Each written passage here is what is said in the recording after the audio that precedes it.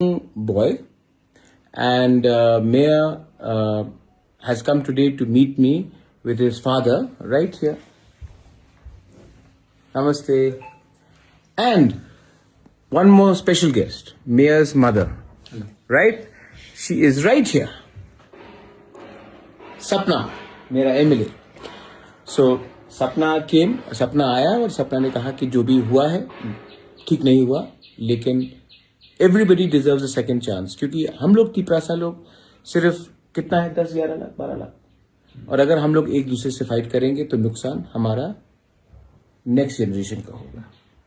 तो अगर next generation को अच्छा एग्जाम्पल देना है तो इलेक्शन खत्म हो चुका है, सबको एक सेकंड चांस मिलना चाहिए और प्यार से हम लोग एक संग आगे बढ़ के हम लोग we will fight and make our Tiprasa accord and our Thansa more successful. तो जो भी आप लोग ने बोला है अभी छोड़िए, हमको आगे बढ़ना है और 2028 में हमको अपना तिपरासा का दफा का सरकार बनाना है। एलाई महाम भाई। हम भाई